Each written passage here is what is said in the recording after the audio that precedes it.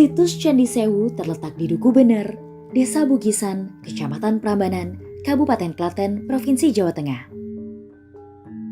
Tidak hanya berdiri sendiri, Candi Sewu merupakan bagian dari kawasan Prambanan.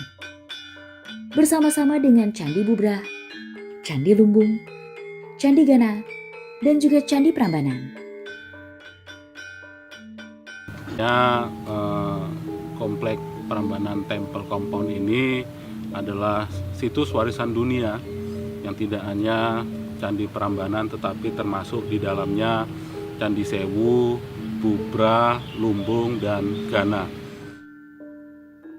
Sewu, yang artinya 1000 dalam bahasa Jawa, adalah penyebutan lokal masyarakat tentang adanya candi yang berjumlah cukup banyak dan ditemukan dalam keadaan runtuh. Keseluruhan jumlah candi di situs Candi Sewu adalah 249 candi yang terdiri atas 1 candi induk, 8 candi apit, dan 240 candi perwara. Candi induk terletak di tengah dan dikelilingi oleh candi apit dan candi perwara di keempat sisinya dalam susunan yang simetris dan memusat.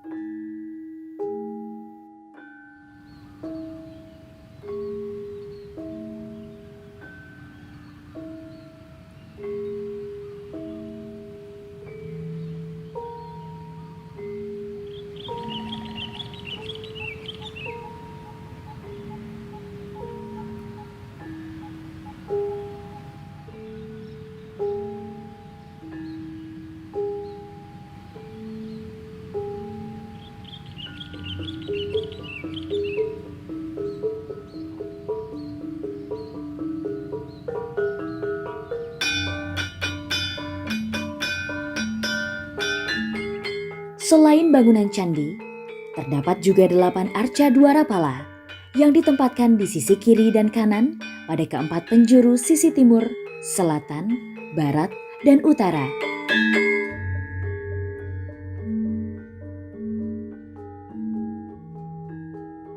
Tidak hanya berjumlah banyak, situs-situs candi di kawasan Prambanan juga berbeda agama yang melatar belakanginya.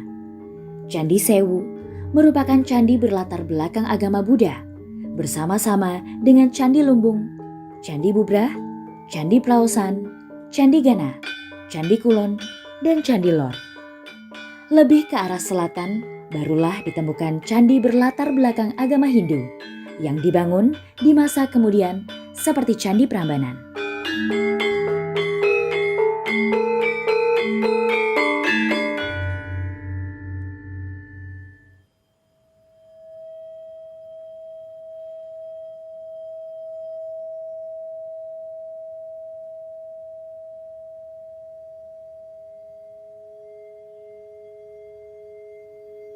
Belum diketahui siapa yang pertama kali menemukan situs Candi Sewu. Namun, di masa pemerintahan kolonial Belanda, telah menyebutkan beberapa catatan tentang keberadaan Candi Sewu seperti sketsa yang dibuat oleh H.C. Cornelius, seorang insinyur Belanda, dan dimuat Thomas Stamford Raffles dalam bukunya History of Java. Sebagaimana bangunan-bangunan candi lainnya di Jawa Tengah, bangunan di situs Candi Sewu juga ditemukan dalam keadaan runtuh pada saat ditemukan. Banyak hal yang menyebabkan keruntuhan pada bangunan-bangunan candi, baik itu karena alam seperti gempa bumi, letusan gunung berapi, atau karena memang bangunan-bangunan candi tersebut telah ditinggalkan oleh pendukung budayanya. Pada ditemukan rusak, sebagian roboh, dan tertutup material vulkanik setinggi 1,5 meter. Bisa kita lihat sebelah utara itu ada tempat lebih tinggi 1,5 meter. Itu menunjukkan bahwa itulah lahar dan ini adalah Maifel, alamat tanah asli seperti itu. Jadi diduga gempa tektonik melanda Sewu, baru bencana Merapi meletus. Sejak ditemukannya kembali, pemerintah kolonial Belanda telah melakukan berbagai penelitian dan juga pemugaran terhadap salah satu candi Perwara. Namun, di masa pemerintahan Republik Indonesia, barulah bangunan-bangunan candi di situs Candi Sewu mendapat perhatian besar. Hal ini ditandai dengan dimulainya pemugaran Candi Induk pada tahun 1981 dan baru dapat diselesaikan pada tahun 1993.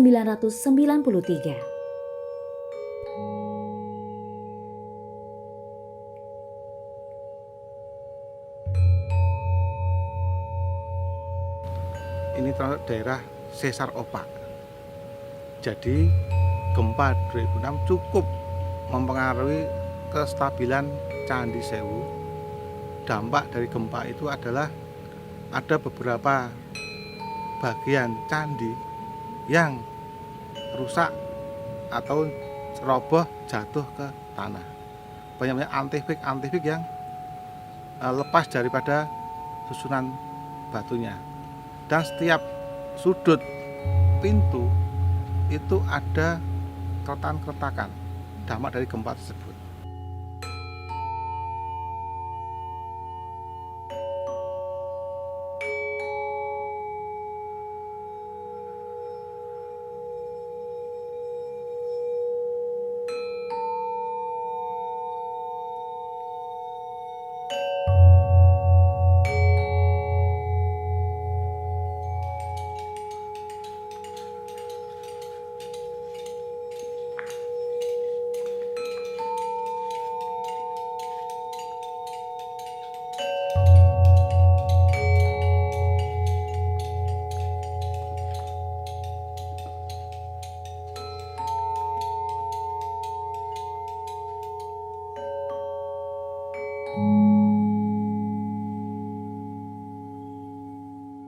Kami setiap tahun punya program 2 Candi Perwara. Padahal masih ada sekian ratus candi yang belum dipugar. Yang sudah kita capai ini baru ada 15 Candi Perwara. Masih ada PR banyak sekian puluh tahun ke depan belum bisa kita selesaikan. Susahnya untuk mendirikan sebuah Candi Perwara yang ada di Sewu, banyak komponen batu-batu candi yang ada di masyarakat yang belum bisa kita kumpulkan di sini. Karena udah jadi talut, jadi pondasi rumah, lah itu masalahnya.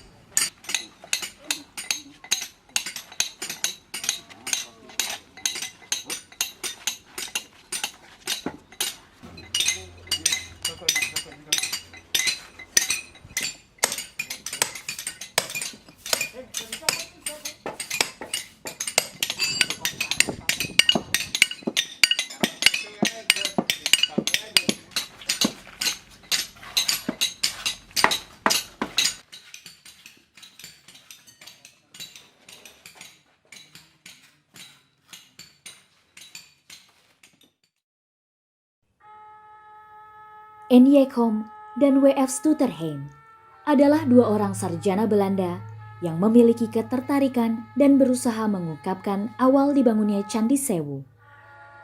Berbagai pendapat tentang masa pembangunan Candi Sewu akhirnya terjawab dengan penemuan prasasti Manjusri Gerha pada tahun 1960. Prasasti ini kemudian dikaitkan dengan prasasti Kelurak yang ditemukan di sekitar situs Candi Lumbung. Prasasti Kelurak berangkat tahun 782 Masehi berisi tentang pendirian Arca Manjusri.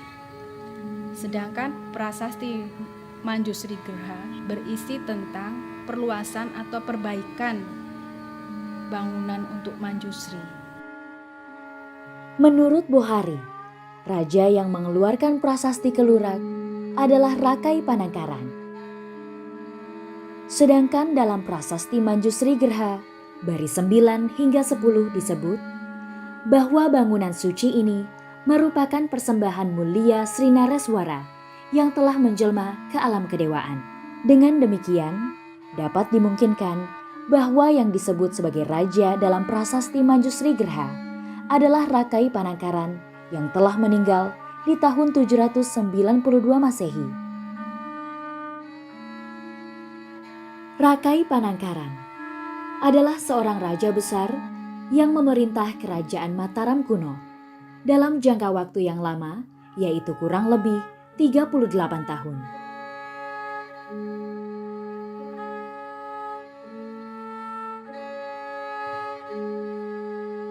Sebagai penganut agama Buddha yang setia, Rakai Panangkaran telah membangun antara lain Candi Kalasan 778 Masehi dan Candi Sewu 782 hingga 792 Masehi.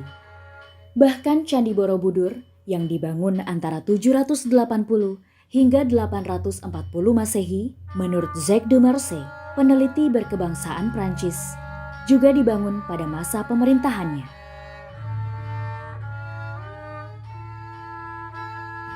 Untuk membangun candi, pemilihan lahan merupakan hal yang terpenting. Bahkan lebih penting daripada membangun candi itu sendiri. Dalam kitab Manasara Silpa Sastra, disebutkan tentang pentingnya bangunan suci dibangun di dekat air.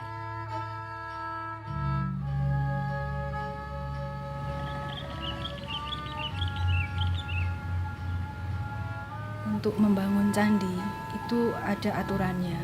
Jadi sebelum candi didirikan perlu dipilih lahannya dengan tata cara tertentu. Setelah tanah tersebut dipilih, harus dilakukan pengujian lebih dahulu. Di antaranya dengan menggali tanah yang akan didirikan candi tersebut. Tanah tersebut ketika galiannya dimasukkan kembali, ketika tanah tersebut kurang berarti porositasnya tinggi sehingga tidak disarankan untuk digunakan. Demikian pula ketika lubang diisi dengan air, ketika air didiamkan semalam dan paginya habis tidak bersisa, itu tidak disarankan. Akan tetapi ketika masih tersisa air dan tidak banyak, itu akan lebih baik karena menunjukkan bahwa tanah di situ solid. Tanah di situ pantas untuk didirikan candi dari sisi kekuatannya, strukturnya, daya dukung tanah maupun teksturnya. Pengujian tanah yang lainnya ada juga dengan cara menyebar biji wijen di tanah tersebut. Apabila wijen tersebut tumbuh dalam 3 hari, itu termasuk dalam tanah Brahmana dan itu sebaiknya diutamakan untuk didirikan candi. Terbukti kemudian bahwa lahan atau tanah tersebut merupakan tanah yang subur dan padat, sehingga dapat menyangga bangunan candi yang akan didirikan dan diharapkan dapat bertahan untuk waktu yang lama.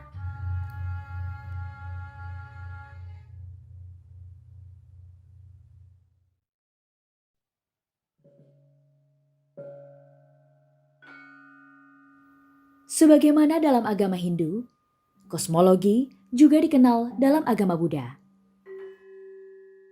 Kosmologi itu kan sebenarnya gambaran semesta ya. Nah, di dalam agama Hindu Buddha itu kosmologi digambarkan sebagai meru, sebagai pusat dunia. Karena memang konsep kosmologi ini kan datang dari India. Jadi mereka menyebut bahwa pusat dunia itu adalah Gunung Mahameru yang dikelilingi oleh 7 benua dan 7 samudra. Kemudian di luar ring 7 benua dan 7 samudra itu ada 4 benua di keempat penjuru mata angin. Nah, manusia itu tinggal di benua yang ada di selatan, disebut dengan Jambu Dwipa.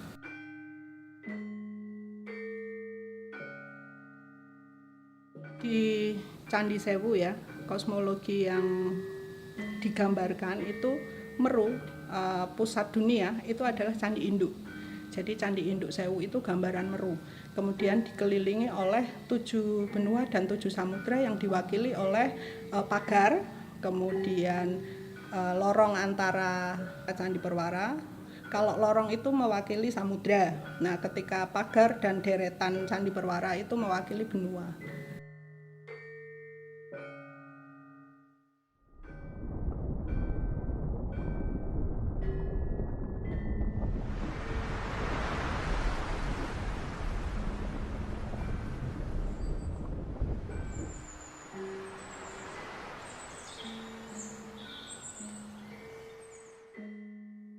Kemudian agak luas lagi, yang keempat benua itu dimungkinkan diwakili oleh Candi Kulon, Candi Lor, Candi Gana, dan Candi Bubrah.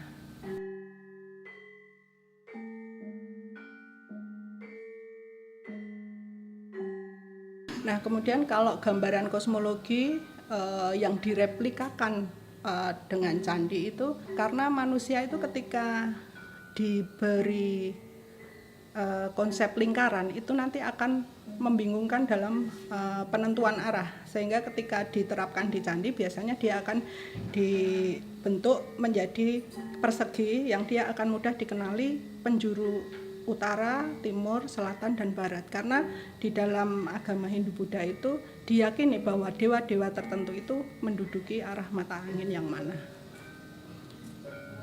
Candi Sewu ataupun Manjusri Gerha adalah rumah untuk Manjusri. Manjusri itu adalah bodhisatwa. Jadi bodhisatwa itu apa? Sebenarnya bodhisatwa adalah manusia yang sudah mencapai kebudayaan, dalam arti mencapai diizinkan menuju nirwana. Akan tetapi karena belas kasihnya kepada manusia, para bodhisatwa memilih untuk tetap di dunia untuk membantu manusia mencapai kebudayaan juga. Selama ini temuan arca Manjusri di Jawa Tengah digambarkan dengan satu wajah, 2 tangan, dan sikap duduk bersila. Benda yang dibawa oleh Manjusri sementara ini berupa teratai, dan di atasnya terdapat pustaka atau buku, dan tangan kanannya dalam posisi farada atau memberi anugerah. Manjusri akan duduk di atas teratai dan bulan. Kalau di Jawa, arca-arca yang sementara ini kita temukan, penggambaran bulan itu tidak dijadikan sebagai asana atau tempat duduk, melainkan digambarkan di bagian belakang kepala atau tepatnya di leher bagian belakang dalam bentuk bulan sabit. Sehingga ada kreativitas lokal menurut saya ya. Pemujaan dengan arca Manjusri sebagai tokoh utamanya, maka akan mempengaruhi penempatan arca-arca lainnya, atau dalam agama Buddha, konsep ini disebut sebagai mandala. Mandala itu kan sebenarnya pengertian umumnya adalah lingkaran. Nah, lingkaran itu dalam bahasa Sanskerta terdiri dari 2 kata sebenarnya, manda dan la. Itu yang artinya adalah mengambil esensi. Jadi di dalam lingkaran itu esensi kedewaan akan ditangkap, sehingga itu akan menghidupkan candi sendiri sebagai tempat pemujaan para dewa. Candi Sewu, Candi Bubrah, dan Candi Lumbung itu menjadi satu kesatuan mandala.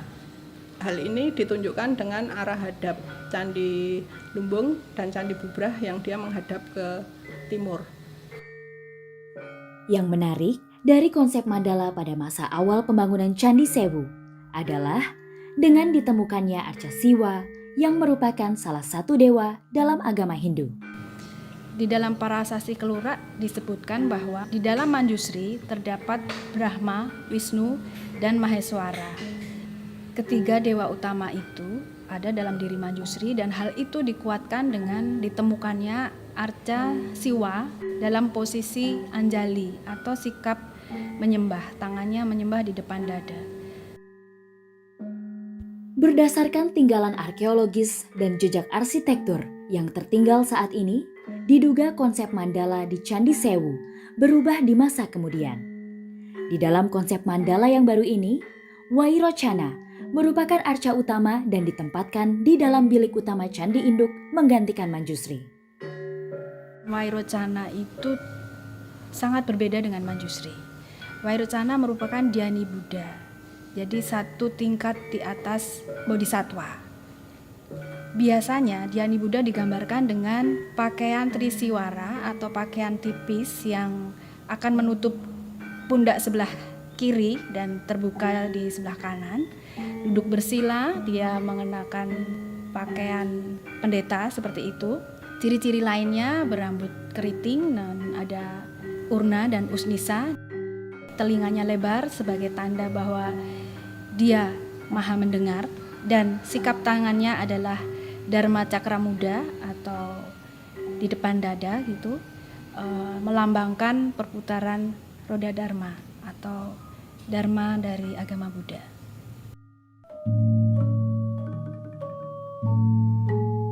Berdasarkan temuan-temuan inilah, kemudian diyakini bahwa terdapat beberapa periode pembangunan Candi Sewu. Periode pertama, 782 Masehi. Setelah proses pemilihan lokasi selesai, mulailah kegiatan pembangunan candi dengan pembuatan pondasi dengan pemasangan patok batu penjuru.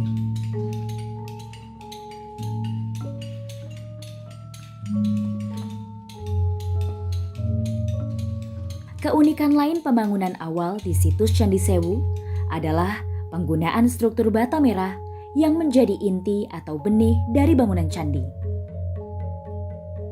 Keseluruhan pembangunan Candi Sewu pada periode pertama dinyatakan selesai ketika keseluruhan struktur bata merah tersebut kemudian tertutup oleh batu andesit dan menjadi asana atau tempat duduk arca, serta terakhir ditempatkannya arca Manjusri di kedudukannya. Tahap pertama ini bangunan-bangunan yang ada di situs Candi Sewu merupakan bangunan bagian kaki dan terbuka. Jadi dewa-dewa diletakkan di altar secara terbuka. Periode kedua, 782 hingga 792 Masehi. Setelah pembangunan periode pertama selesai, barulah dilanjutkan dengan pembangunan selanjutnya, yaitu pembangunan keseluruhan bangunan.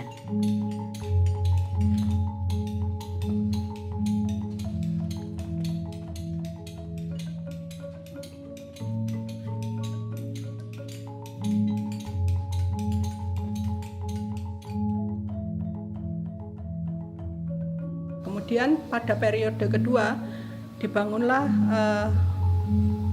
dinding dan atap serta bilik-bilik dan penampil bangunan-bangunan Candi Sewu, Lumbung, dan Bubra. Sebagaimana yang disebutkan dalam prasasti Manjusri Gerha, bahwa telah dilakukan penyempurnaan terhadap bangunan candi yang dimungkinkan dilakukan di masa pemerintahan Rakai Panangkaran, yang kemudian dilanjutkan oleh Rakai Panaraban, adik Rakai Panangkaran yang menggantikannya sebagai raja.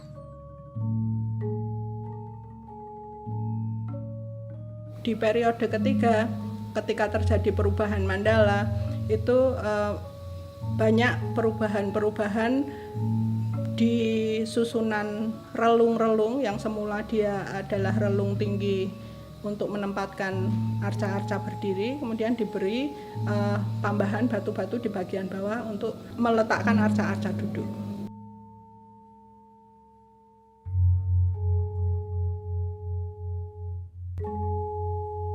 Sebagai candi kerajaan, Candi Sewu dibangun dengan sebaik-baiknya dan sangat memperhatikan detail hingga di setiap sudutnya.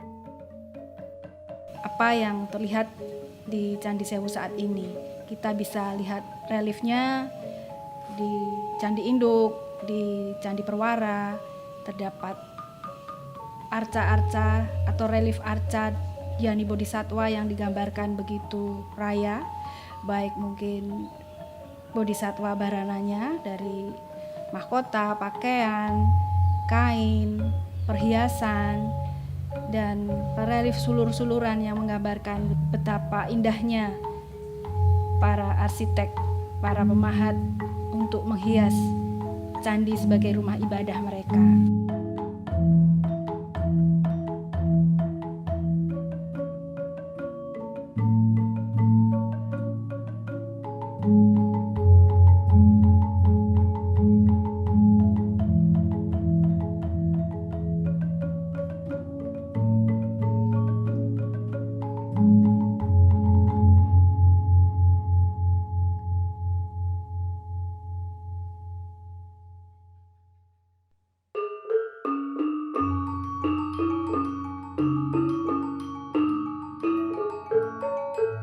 Saya mengajak masyarakat sekitar, masyarakat umum gitu ya, yang kita hidup di masa sekarang, kita bisa mengambil pelajaran apa yang sudah dilakukan oleh nenek moyang kita, dan kita menerima dari tinggalan bendawi dari nenek moyang kita. Saya berharap kepada masyarakat umum, terutama untuk pelajar, untuk bisa memetik ilmu dari berdirinya Candi Sewu ini ya. Banyak pengetahuan yang di dalamnya, kemudian juga budayanya, kemudian ada juga seninya begitu. Marilah kita lestarikan situs candi ini, karena candi ini hanya dimiliki oleh bangsa kita dan tidak pernah dijumpai pada bangsa-bangsa lain. Mari kita terus berjaga, dilestarikan, karena ini adalah tinggalan nenek moyang yang sangat berharga dan menjadi kejayaan bangsa kita.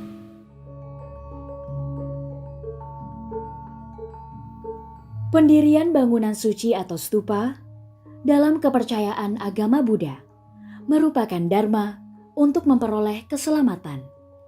Tidak hanya untuk dirinya sendiri, namun juga bagi orang lain. Bukti arkeologis yang ditemukan di Candi Sewu telah membuktikan bagaimana raja dan rakyatnya bersama-sama dalam semangat gotong royong mendirikan bangunan suci yang dipersembahkan kepada Manjusri. Bagi masyarakat pendirinya, Manjusri telah menjadi penerangan dan kebijaksanaan bagi mereka yang giat menjalankan kebaikan. 1000 candi telah menceritakan kisahnya. Tidak hanya dibangun dalam waktu 1 malam, tetapi butuh waktu bertahun-tahun untuk dapat menyelesaikannya demi sebuah tujuan mulia, menjadi umat yang bijaksana dan mampu menjalankan perintahnya. Kisah ini hendaknya kembali mengingatkan kita akan nilai-nilai mulia dari masa yang lalu untuk diambil hikmahnya di kehidupan masa kini dan masa yang akan datang.